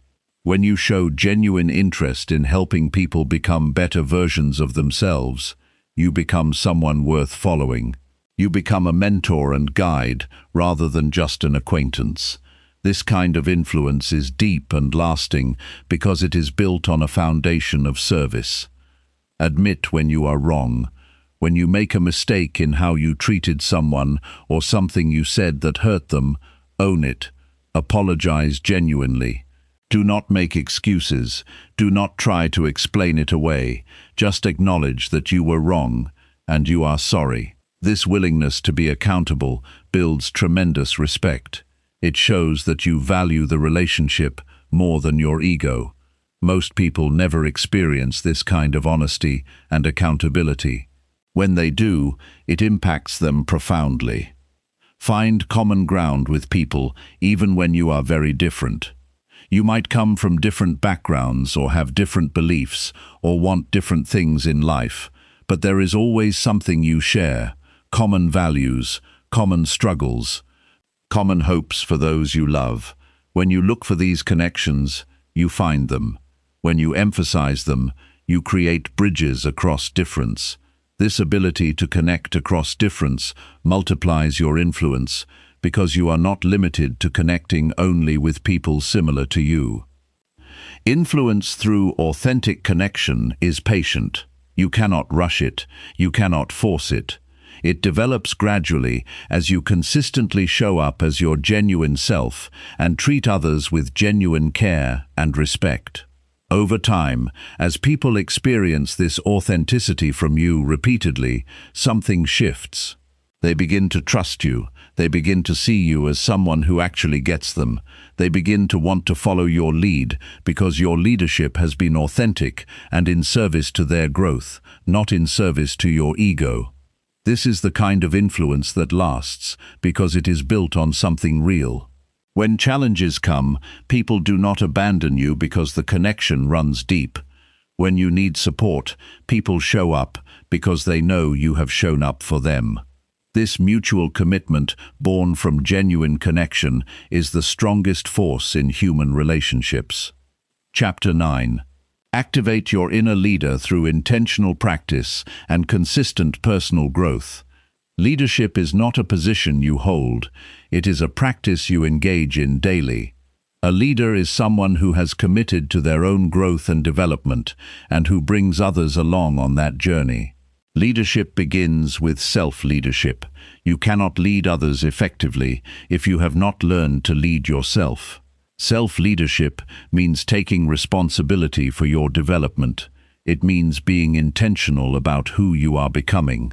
It means practicing the disciplines that transform you from someone who is reactive and unconscious to someone who is deliberate and awake. The first act of self-leadership is deciding what kind of leader you want to become. This is not about your job title or your position. This is about the character you are building.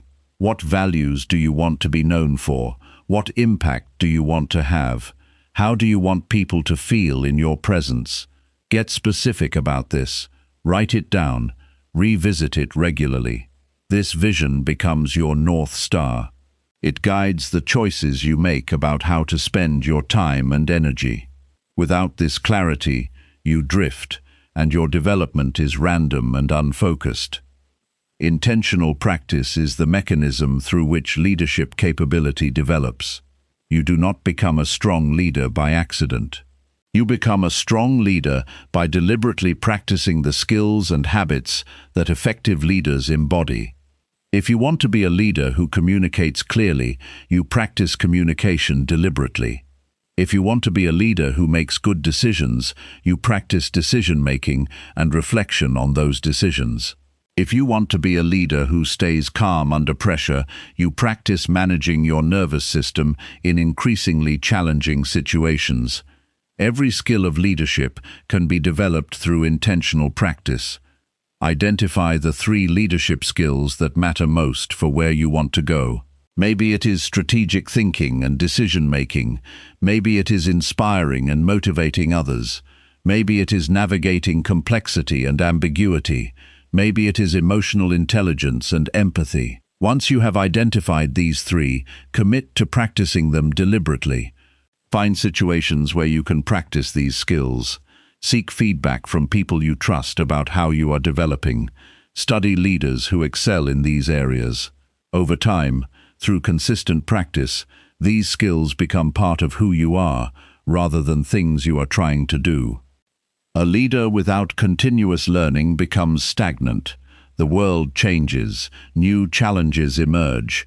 Effective leaders stay curious and committed to learning throughout their careers.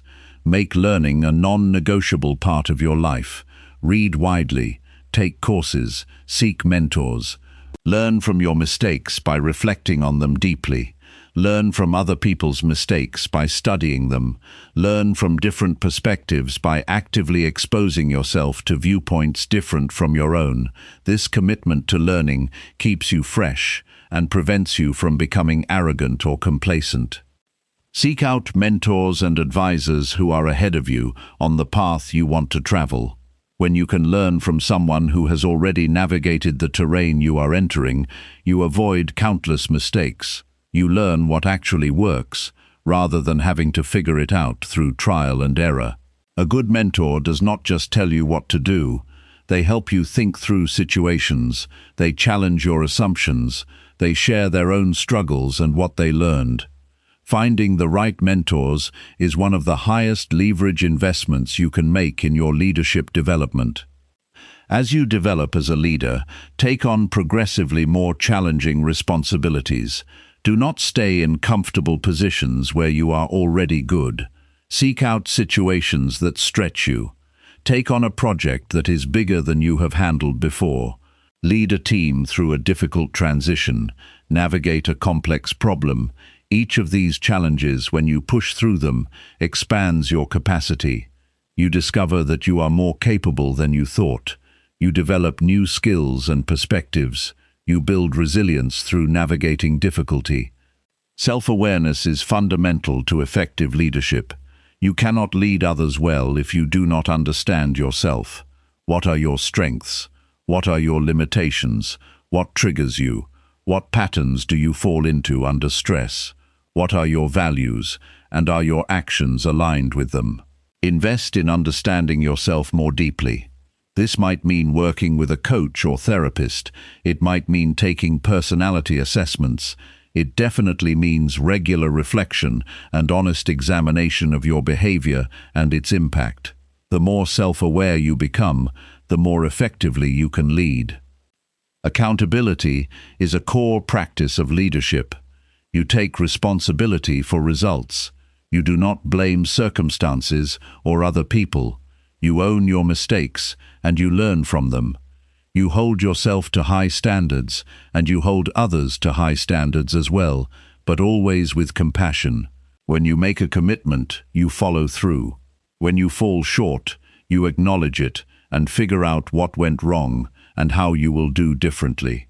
This accountability becomes contagious. The people you lead see that you take responsibility, and they begin to do the same. Decision-making is central to leadership, and it is a skill that develops through practice. Start making decisions deliberately.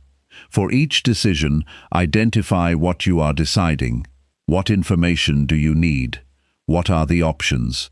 What are the pros and cons of each option? What is your intuition telling you? Make the decision, then follow it and observe the results. Reflect on whether the decision was good or if there is something you would do differently next time. This cycle of deliberate decision-making and reflection develops your judgment over time. Build the habit of thinking systematically about complex problems. Leadership often involves navigating situations with multiple variables and competing interests. Train yourself to break these situations down. What is the core issue? What are the contributing factors? What is within your control and what is not? What leverage points exist? What would happen if you changed one variable?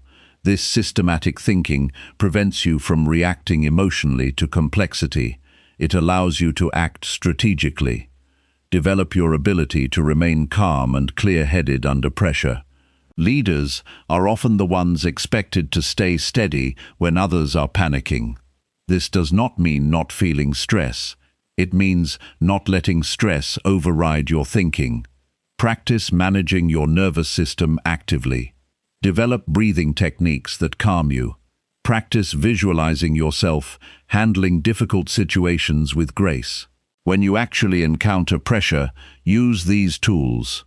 Over time, you develop the capacity to stay centered even when things are chaotic around you. Lead by example. The most powerful leadership message you send is through your own behavior. If you say people should work hard, but you slack off, people notice. If you say you value honesty, but you shade the truth, people notice. If you say everyone should learn and grow, but you do not invest in your own development, people notice. Your actions either reinforce or undermine your words. When they reinforce each other, your leadership becomes powerful. People trust you because your words and actions are aligned. Create psychological safety in any environment you lead. People perform best when they feel safe, being authentic, and taking appropriate risks. They perform worst when they feel threatened or judged. As a leader, you set the tone. When people make mistakes, do you respond with anger or with curiosity about what happened and what can be learned? When people have different perspectives than you, do you shut them down or do you genuinely explore their viewpoint? When people fail at something, do you use it against them or do you help them learn? The leader who creates psychological safety gets the best out of people. Invest in developing others. As you grow as a leader, one of your most important responsibilities is helping others grow. When you mentor someone or coach them through challenges, you are multiplying your impact. You are creating other leaders. This is how organizations and movements scale. When leaders are only focused on their own advancement, they remain limited. When leaders are focused on developing others, they become increasingly powerful because they have an entire team of capable people working with them. Model the growth mindset you want in your organization or team. Show people that you are learning constantly. Share your failures and what you learned from them. Ask for feedback and genuinely listen to it. Be willing to change your mind when presented with compelling evidence or perspective.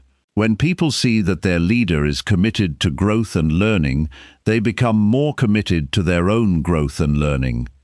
Clarity is a gift you give to those you lead. Unclear leaders create confusion and inefficiency. Clear leaders create alignment and focus. Be crystal clear about what you are trying to accomplish. Be clear about roles and responsibilities. Be clear about expectations. Be clear about where people stand and how they are doing. This clarity might feel uncomfortable at times, but it is far better than leaving people guessing. People can work with clear expectations. They struggle and create drama when they do not know where they stand. Balance firmness with flexibility. A leader needs to be clear about non-negotiable values and principles, but flexible about how those values get expressed in different contexts. Be firm about your core commitments. Be flexible about how you achieve them. This balance prevents you from being either rigid and out of touch or so wishy-washy that no one knows what you actually stand for. Your leadership becomes increasingly powerful as you integrate all these practices into who you are rather than things you are doing. At first, practicing clear communication or decision-making or accountability might feel awkward or forced. Over months and years, through consistent practice, these become natural expressions of who you are. Your inner leader has been activated. You show up as a leader not because you are performing the role, but because leadership is who you have become through intentional practice and consistent personal growth. Chapter 10. Dominate any room by combining clear thinking, powerful speech, and confidence. When you walk into a room with clear thinking, powerful speech, and genuine confidence working together as an integrated system, something shifts in the space itself. People feel it before you even open your mouth. There is a presence about you, an authority, a sense that you know what you are doing and where you are going. This is not about being loud or aggressive or dominating through intimidation. This is about showing up so fully and so intentionally that you naturally become someone the room organizes itself around. Clear thinking is the foundation. You cannot command a room if your mind is scattered or your thoughts are confused. Before you enter any situation where you want to have maximum impact, get your mind clear. What is the most important outcome you want from this interaction? What do you most want people to understand? What are the key points you need to convey? Get these clear in your mind before you arrive. Write them down if it helps. Think through potential questions or objections that might arise and how you would handle them. This mental preparation creates an inner clarity that people sense immediately. When your mind is clear, you make faster decisions. You respond to unexpected questions or challenges without hesitation. Someone throws you a curveball, and you have already considered the landscape enough to navigate it skillfully. Your responses feel natural and assured rather than defensive or flustered. This decisiveness under pressure is something people notice and respect. It signals that you are not operating from fear or uncertainty, but from solid ground.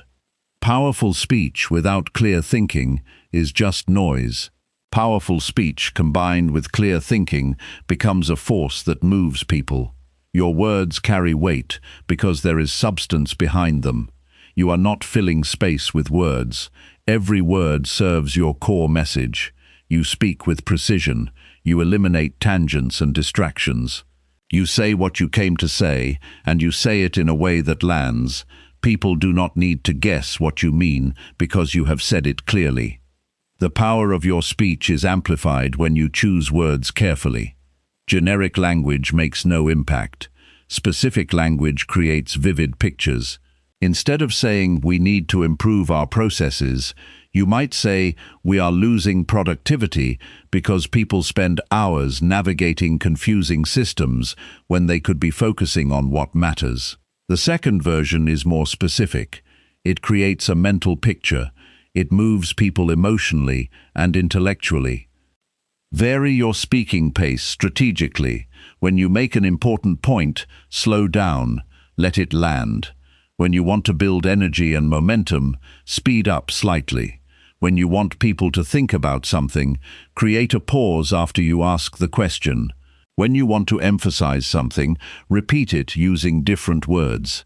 This deliberate variation in pace and rhythm keeps people engaged. It prevents your speech from becoming monotone and boring. It creates the effect of listening to music with dynamics rather than a single flat note. Volume matters too. Someone who talks too quietly sends the message that they do not believe their own words. Someone who shouts sends the message that they are trying to intimidate. The sweet spot is speaking loudly enough that everyone can hear easily without straining. Speak from your diaphragm rather than your throat. This creates resonance in your voice. It makes you sound more powerful and more grounded. It also protects your voice from strain. Confidence is the multiplier that makes the other two elements powerful. Clear thinking without confidence can appear tentative. Powerful speech without confidence can seem performative or insincere. But when clear thinking combines with powerful speech and genuine confidence, the effect is magnetic. People sense that you believe in what you are saying. They sense that you are not seeking approval or validation. You are simply stating what you know to be true and inviting them to understand it the way you do. Confidence in the room starts before you enter. It starts with how you carry your body. Walk in with purpose. Stand tall. Take up space appropriately. Sit forward slightly rather than slouching back. These physical choices signal to your nervous system and to everyone observing you that you belong here and you have something valuable to contribute. Your body language either broadcasts confidence or anxiety. Make sure yours broadcasts confidence. Eye contact is one of the most powerful tools available to you. When you make genuine eye contact with people, you create connection and you communicate confidence. You look at the person or people you are speaking to. You do not stare at your notes or the ceiling or your phone. You look at them. In group settings, distribute your eye contact. Speak to one person, then another, then another. This makes everyone feel like you are speaking directly to them. It also allows you to read people's reactions in real time and adjust your message accordingly. Your breathing influences your confidence profoundly. When you are nervous, your breathing becomes shallow. This actually increases your anxiety because it signals to your nervous system that you are in danger. Before you enter any high-stakes room, take time to breathe deeply. Slow, deep breaths calm your nervous system. They oxygenate your brain. They create a physiological state that supports confidence. When you are in the room, continue to breathe deliberately. Do not hold your breath while listening or thinking. Keep your breath flowing. This maintains your centered, confident state. Reading the room is a skill that separates people who dominate rooms from those who just talk. As you are speaking and engaging, pay attention to the energy in the room. Are people leaning in or leaning back? Are they making eye contact or looking away? Is their body language open or closed? Are there side conversations happening that suggest people are disengaged? The room is always giving you feedback. When you pay attention to this feedback, you can adjust in real time. If you see that people are disengaging, you might ask a question to pull them back in. If you see that someone has a different perspective, you might invite them to share it. If you see that people are getting tired, you might introduce movement or energy. Setting the agenda early in any room interaction gives you tremendous leverage. When you are clear about what needs to happen and you articulate this early, other people tend to organize themselves around your framework. This is not manipulation. This is leadership. You are providing structure and direction that people are grateful for. If you wait for others to set the agenda, you are giving away your power. Be the one who says, "Here is what I think we should focus on today," or "Here is what I am hoping to accomplish." Then listen to whether others have different priorities. But you have already shaped the conversation by putting your priorities forward first. Prepare thoroughly, but hold your plans lightly. The contradiction here is important. You need to prepare so well that you know your material backward and forward. This preparation builds confidence. This preparation allows you to have clear thinking even when unexpected things happen. But you should not be so attached to your plan that you cannot adapt when the room requires it. Sometimes the most important conversation happens because you were flexible enough to follow what was actually needed, rather than rigidly sticking to your agenda. Manage your energy deliberately. Presence and confidence require energy and focused attention. If you are tired or depleted, it shows. Your thinking becomes foggy. Your speech becomes less powerful. Your confidence wavers. Take care of yourself before high-stakes room situations. Get adequate sleep the night before. Eat something nourishing. Move your body. Get grounded. When you are physically resourced, everything else is easier. Speak with conviction about what you know, while remaining open about what you do not know. This combination is powerful. You are not arrogant because you admit what you do not know. You are not wishy-washy because you speak with conviction about what you do know. When someone asks you something you do not know, you can say, "That is a great question, and I do not have that information right now, but I will find out and get back to you." This maintains your credibility while being honest about the limits of your knowledge. Address conflict directly rather than avoiding it. When someone disagrees with you or challenges what you are saying, many people become defensive or shut down the conversation. Leaders who dominate rooms address conflict head-on. You might say, "I notice we have different perspectives on this. I am interested in understanding your view better."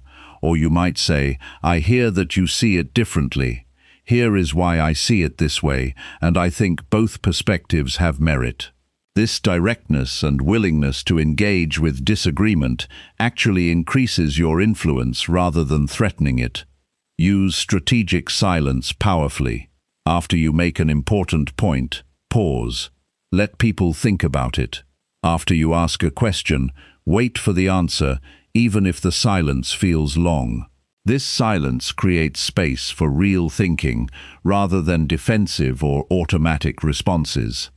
Many people feel compelled to fill silence, but the most powerful communicators understand that silence is a tool. Build momentum through the conversation. Start with establishing common ground. Find places where you agree with others in the room. Build from this foundation of agreement toward your key points. When people feel that you understand their perspective and that you are not just trying to convince them of something, they become more open. They lower their defenses. They engage more fully. Your authenticity is what ultimately creates the lasting power in the room. You can fake confidence for a moment, but people sense inauthenticity eventually. Real confidence is grounded in genuine self-belief. It is not about pretending to know everything or pretending to have all the answers. It is about being genuinely at home with who you are and what you bring to the table. When you stop trying to be someone else or prove yourself to everyone, you become powerful. You show up as yourself, and that is enough. The combination of clear thinking, powerful speech, and confidence creates a presence that people remember. They do not just remember what you said, they remember how you made them feel. They remember that you seemed to know what you were talking about. They remember that they felt safe and engaged in your presence. They remember that you treated them with respect and genuinely cared about whether they understood. This is what it means to dominate a room in the fullest sense. You are not dominating through force or aggression. You are dominating through presence and clarity and genuine human connection. When you practice these elements across multiple rooms and multiple situations, they become integrated into who you are. You do not have to think about them anymore. They become your natural way of being. You walk into any room and people orient toward you. They listen when you speak. They take your suggestions seriously. They want to work with you. This is not because you are demanding this response. It is because you have developed yourself into someone worth following. You have become someone who thinks clearly enough to navigate complexity. You have become someone who speaks powerfully enough to move people. You have become someone confident enough to lead. These three elements working together make you unstoppable in your ability to influence any situation you enter and any group you find yourself part of.